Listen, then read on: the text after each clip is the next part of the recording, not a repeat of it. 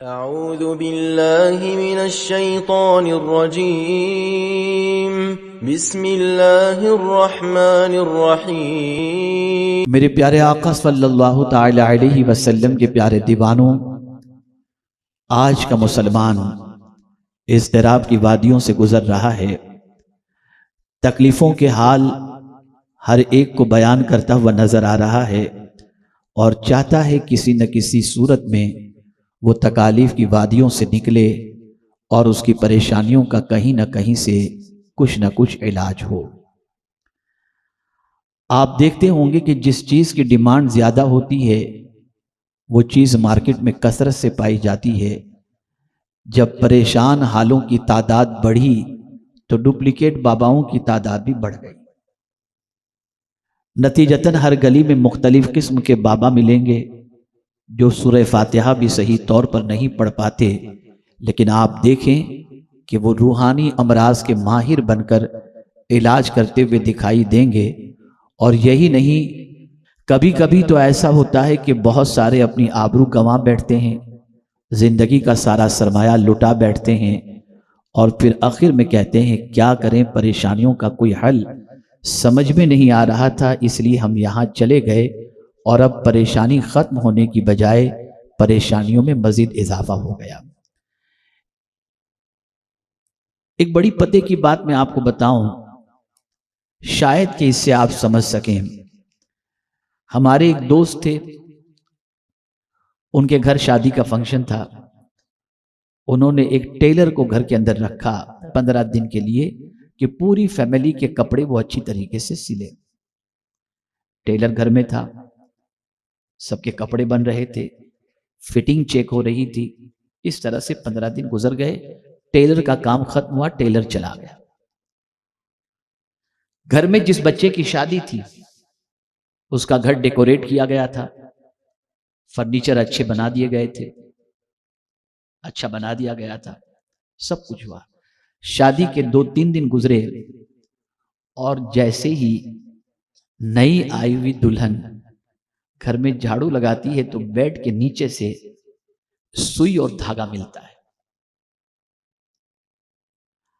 अब ये मिल गया, अब सारे घर वाले परेशान, ये क्या चीज होगी। सीधे दौड़े बाबा के पास। बाबा ने देखा तो कहा कि तुम पर किसी ने जादू कर दिया। अब जो चली दुकान बाबा की तो मैं बता नहीं सकता आपको। बाद में पता चला कि ये टेलर की मिस्टेक की वजह से सुई रह गई होगी और कोई चीज नहीं थी। वहम, बिल्ली आगे से गुजर गई, कहीं मत जाओ, रुक जाओ। यानी हम इस तरीके से शुकूक व शुबहा तो वहम के आदी बन चुके हैं। सुई देखा तो टेंशन, काला रंग देख लिया तो टेंशन, बिल्ली गुजरी तो टेंशन, और फिर हमें कहीं से कोई परेशानी का हल समझ में नहीं आता। कभी कोई कहां पंडित के पास चला जाता है, कभी बाबा के पास चला जाता है।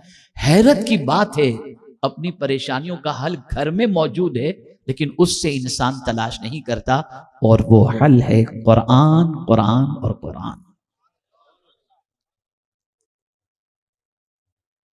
मेरे प्यारे आका सल्लल्लाहु ताला अलैहि वसल्लम के प्यारे दीवानों, अल्लाह अज़्ज़ व जल्ल ने इस किताब के अंदर कोई ऐसी परेशानी नहीं है जिसका सॉल्यूशन न रखा हो, कोई ऐसी मुसीबत नहीं है जिसका हल न रखा हो।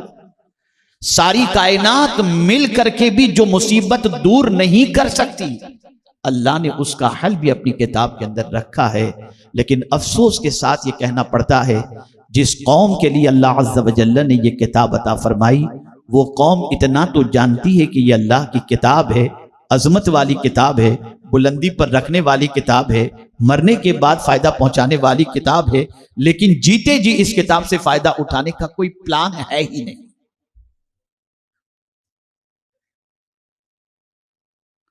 मेरे प्यारे आका सल्लल्लाहु ताला अलैहि वसल्लम के प्यारे दीवानों, अल्लाह अज़्ज़ व जल खुद अपनी किताब का इंट्रोडक्शन इस तरीके से कराता है कि इन हादल कुरान, बेशक ये कुरान, यहदी इलल्लती हिय अक़वम, के सबसे सीधा रास्ता दिखाने वाली किताब है।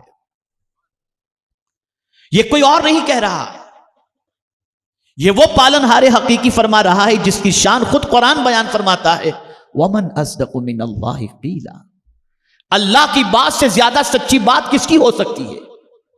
मेरे प्यारे आका सल्लल्लाहु ताला अलैहि वसल्लम के प्यारे दीवानों, आप मुझे बताइए, हमारा खालिक अल्लाह, बल्कि हर शय का खालिक अल्लाह, अल्लाहु खालिकु कुल्लि शय, हर चीज़ का पैदा करने वाला अल्लाह है। ज़मीन भी उसने पैदा फरमाई, आसमान भी उसने पैदा फरमाया, चाँद भी उसी ने पैदा फरमाया, हर शय को उसने पैदा फरमाया। अब इंसान को भी उसी ने पैदा फरमाया। आप ज़रा सोचो, इंसान को कहा जा रहा है, ए इंसान, मैंने तुझे पैदा किया। जाहिर सी बात है कि पैदा करने के बाद तुझे चलने की भी ज़रूरत पड़ेगी, तुझे मुआशरे में रहने की ज़रूरत पड़ेगी, तुझे लोगों से मेल मिलाप की ज़रूरत पड़ेगी, तुझे तिजारत करने की ज़रूरत पड़ेगी, तुझे इबादत और रियाजत की ज़रूरत पड़ेगी, तुझे पड़ोसियों के साथ सलूक करने की ज़रूरत पड़ेगी, तेरे माँ बाप होंगे उनके साथ पेश आने की ज़रूरत पड़ेगी, तेरी ज़बान को इस्तेमाल करने का तरीक़ा भी तेरे को चाहिए। सारी चीज़ों के हवाले से एक किताब अल्लाह ने अता फरमा दी, ऐ मेरे बंदे, मैंने पैदा किया है और मैं तुझे एक किताब दे रहा हूं। अब सुन ले, अगर इस किताब के डायरेक्शन को तू फॉलो करेगा, इस किताब के बताए हुए तरीके पर तू फॉलो करेगा, तो तेरी दुनिया भी संवर जाएगी और तेरी आखिरत भी संवर जाएगी। ऐ रसूल आज़म सल्लल्लाहु ताला अलैहि वसल्लम के दीवानों, मैं अगर मुख्तलिफ मौज़ूआत की तरफ आपकी तवज्जो को मबजूल करके गुफ्तगू करना चाहूं तो मैं समझता हूं हर मौजू और हर टॉपिक उसके लिए वक्त दरकार है। लेकिन आज मुझे आपको समझाना है, दौड़ का जमाना चल रहा है, भागने का जमाना चल रहा है। आप जहां देखें इंसान दौड़ता नजर आएगा, भागता नजर आएगा। बड़ी अजीब सिचुएशन है, चल भी नहीं रहा। अब तो नमाज में भी जल्दी जल्दी हो गई, हर चीज में इंसान जल्दी चाहता है, भागता हुआ नजर आ रहा है। अल्लाह अकबर, कुरान ने भागने जैसी फितरत जो है इंसान के अंदर रखी है, जल्दबाजी की फितरत अल्लाह ने इंसान के अंदर रखी है। इंसान जल्दबाज है, वकानल इंसान अजूला, अल्लाह ने इंसान को जल्दबाज रखा है। कंपटीशन का जज्बा भी इंसान के अंदर रखा है।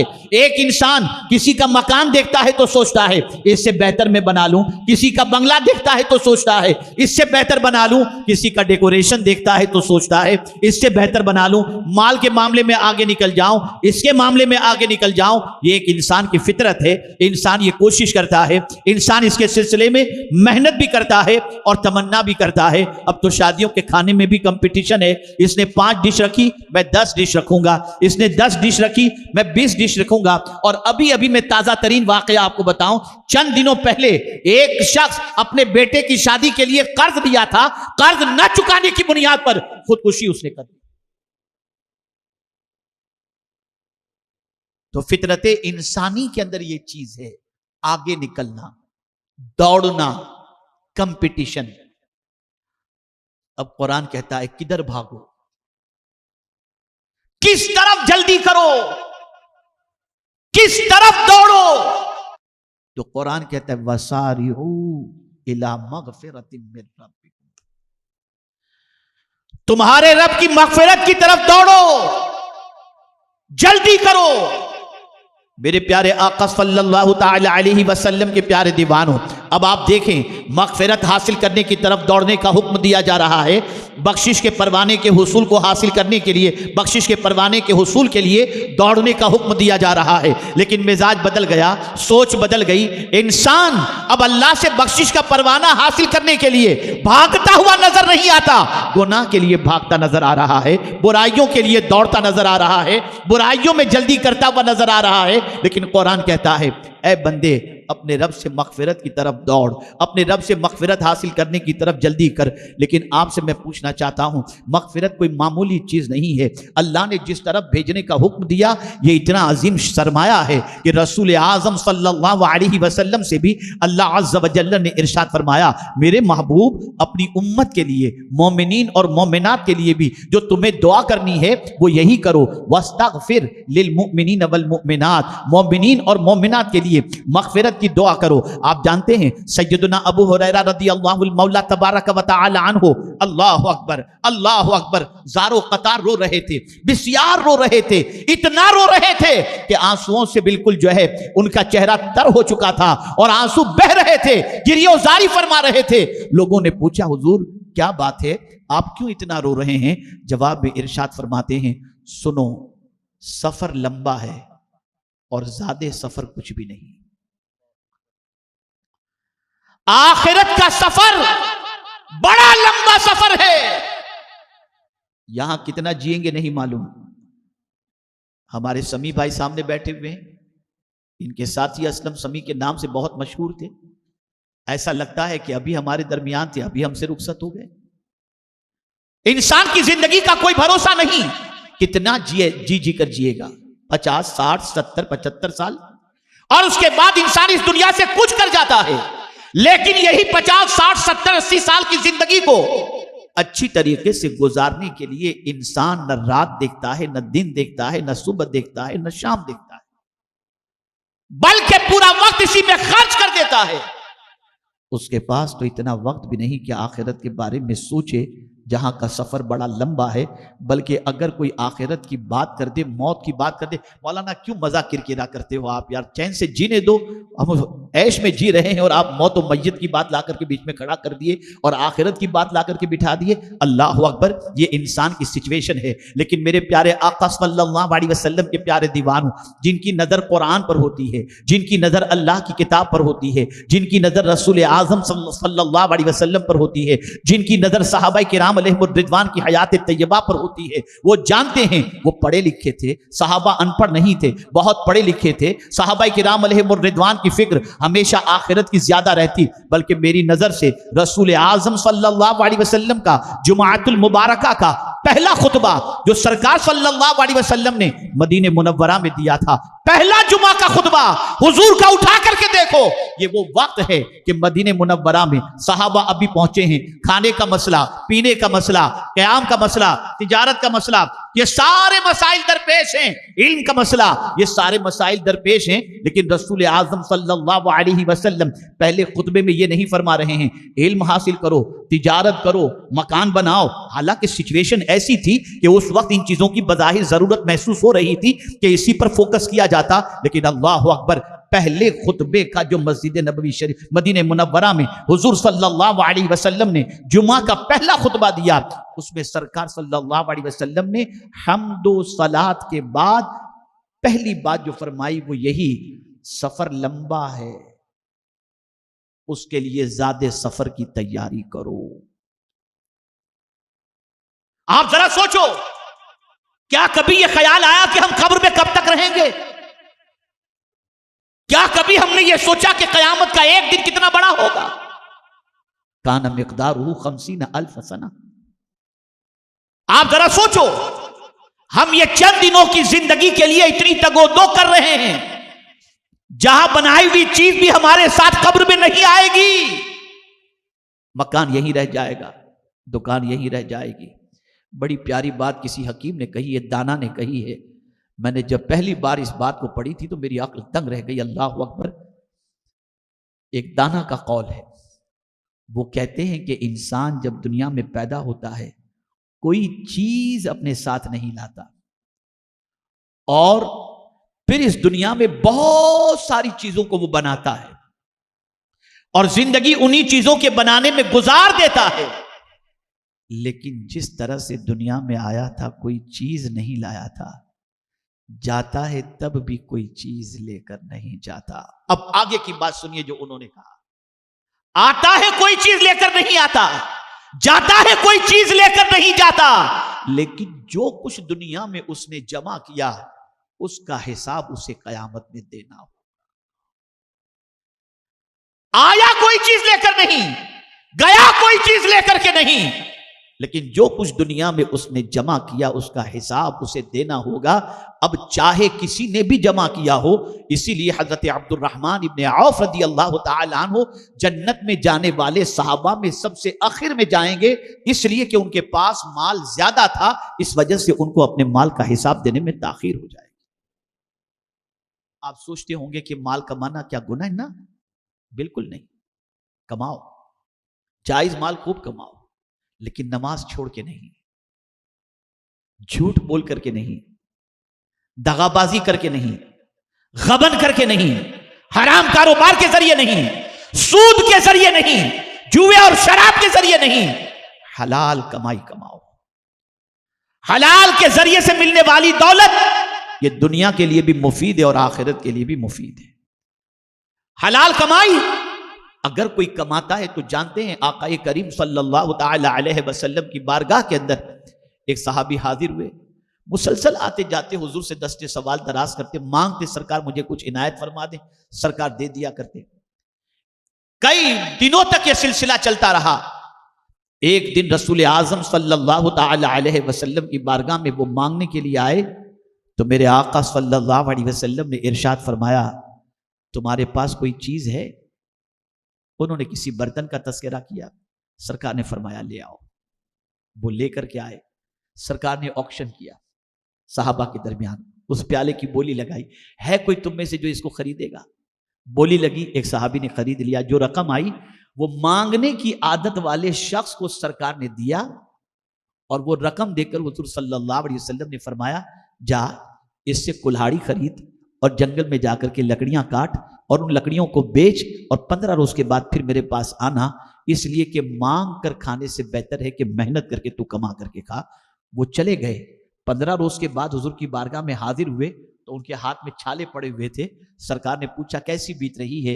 अर्ज करते हैं हुजूर रोटी में लज्जत तो मिल रही है इसलिए कि मेहनत से कमा के जो खाता हूं, लेकिन सरकार मेरे हाथों में छाले पड़ गए हैं। आका ने उनका हाथ लिया और चूम लिया। सरकार ने उनका हाथ लिया और चूम लिया और रसूल आजम सल्लल्लाहु अलैहि वसल्लम ने इरशाद फरमाया, हलाल कमाई के अंदर इंसान को जो तकलीफ होती है उस तकलीफ से अल्लाह उन गुनाहों को भी माफ फरमा देता है जो नमाज से भी माफ नहीं होते हैं। इस्लाम कमाई से नहीं रोकता। एक तो कमाई गलत तरीके से, इससे इस्लाम रोकता है, और दूसरी चीज यह है कि अल्लाह की बंदगी को छोड़कर इंसान दौलत के पीछे भाग जाए और भागता रहे। नहीं, इसीलिए कुरान ने मर्द किसे कहा तो कुरान कहता है रिजालुल ला तुलहीहिम तिजारतु वला बैउन अन जिक्रिल्लाह। अरे मर्द तो वही हैं जिनको खरीदो फरोख्त अल्लाह के जिक्र से नहीं रोकती। कारोबार में लगा हुआ है इंसान, अजान की आवाज आई, नमाज का वक्त है, सोचता है कस्टमर 2-3 तगड़े हैं, अगर इसको निपटूंगा नहीं तो नुकसान हो जाएगा, नमाज तो बाद में भी पढ़ लूंगा। बस ये आप समझ लीजिए कि ये माल आपके लिए नुकसानदेह होगा। लेकिन अगर कारोबार के अंदर मसरूफ हैं और नमाज का वक्त हो चुका और आपने नमाज को अहमियत दी और कारोबार की फिक्र न की और आपके दिल में यह जज्बा पैदा हुआ कि रिस्क तो अल्लाह ही देता है, मैं अगर तिजारत करूं तो भी न करूं तो भी मेरा मौला ही मुझे रोजी देने वाला है, मैं नमाज छोड़ूंगा तो वो नाराज हो जाएगा। आपने रोजी की तरफ तवज्जो देने की बजाय रिस्क की तरफ तवज्जो देने की बजाय रज़्ज़ाक़ की तरफ आप मुतवज्जे हो गए, तो फिर मेरा करीम आपकी तलब से ज्यादा और आपकी सोच से ज्यादा आपको अता फरमाएगा। अब मेरे प्यारे आका सल्लल्लाहु ताला अलैहि वसल्लम के प्यारे दीवानों, हम इस दुनिया के अंदर जिंदगी गुजार रहे हैं। दुनिया में अच्छाइयां भी हैं, दुनिया में बुराइयां भी हैं। हमारा दामन गुनाहों से आलूदा हो जाता है, लेकिन याद रखें कोई भी यहां गुनाहों से बच नहीं सकता। अल्लाह अकबर। अल्लाह अज़्ज़ व जल्ल के मासूम फरिश्ते और अंबिया किराम अलैहिमुस्सलातु व तस्लीम रसूलान इज़ाम, अल्लाह अज़्ज़ व जल्ल ने इनको मासूम रखा, ये गुनाहों से महफूज हैं। बाकी हर कोई अगर ये तसव्वुर करे कि वो गुनाह से बच जाए, हाँ अल्लाह अज़्ज़ व जल्ल जिसे बचा ले वो बच सकता है, लेकिन ये दुनिया ऐसी है कि इंसान गुनाह के अंदर मुलव्विस हो जाता है। अल्लाह अज़्ज़ व जल्ल की नाफरमानी छोटे बड़े गुनाह की शक्ल में उससे सरजद हो जाती है। अब परवरदिगार क़यामत के दिन अगर हिसाब लेगा तो हम कैसे हिसाब दे सकेंगे? तो अल्लाह ने फरमाया अल्लाह की मग़फ़िरत की तरफ दौड़ो, नेकी के काम की तरफ दौड़ो। जिन कामों की वजह से अल्लाह अज़्ज़ व जल्ल बख्शिश फरमा देता है उन कामों की तरफ बढ़ो, उन कामों में जल्दी करो। हमारा हाल ये है, हम गुनाह में तो जल्दी करते हैं, नेकी में जल्दी करने के लिए तैयार नहीं, इसलिए कि नेकी का कोई कैश रिटर्न हमें नहीं मिलता, गुनाह में लज्जत मिलती है, गुनाह के अंदर अरमान पूरे होते हैं, गुनाह के अंदर शौक पूरा होता है, लेकिन नेकी का बज़ाहिर कोई कैश रिटर्न हमें नहीं मिलता।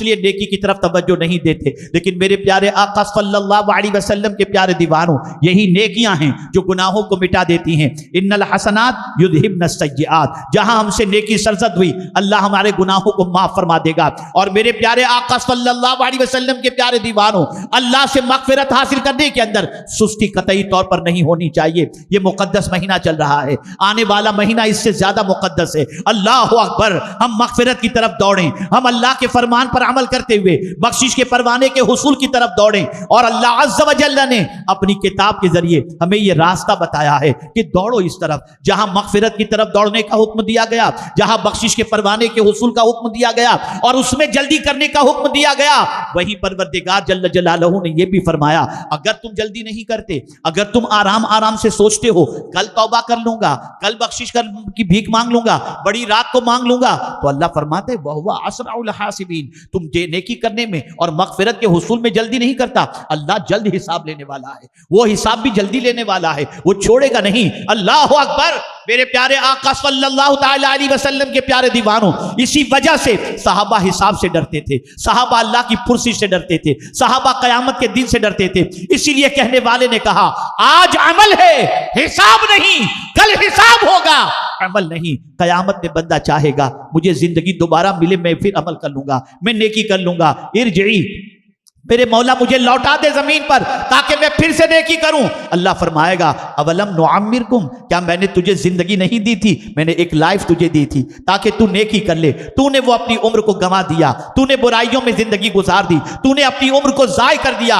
ए रसूल आजम सल्लल्लाहु ताला अलैहि वसल्लम के दीवानों, हम देख रहे हैं हमारी कौम के दिलों से नेकियों का जज्बा सर्द पड़ता जा रहा है, गुनाहों का जज्बा इस हद तक हो चुका कि अल अयाज़ु बिल्लाह, अल अयाज़ु बिल्लाह, गुनाह अल्लाह अल्लाह छोटा कोई नहीं समझ रहा, बल्कि गुनाहों में डूबते जा रहे हैं। जवान डूब रहे हैं, बूढ़े भी डूब रहे हैं, और अल्लाह खैर फरमाए औरतें भी डूब रही हैं। हालात इतने बद से बदतर हो चुके हैं कि इसका कहना, इसके हवाले से कुछ कहना मुश्किल हो रहा है। ए रसूल आजम सल्लल्लाहु अलैहि वसल्लम के दीवानों, याद रखो, अल्लाह से मगफिरत हासिल करने की तरफ जल्दी करो। कुरान मुकद्दस में अल्लाह अज़्ज़ व जल्ल ने फरमाया, दौड़ो, जल्दी करो अल्लाह से मगफिरत हासिल करने की तरफ, अल्लाह की बारगाह से मगफिरत का परवाना हासिल करने की तरफ। याद रख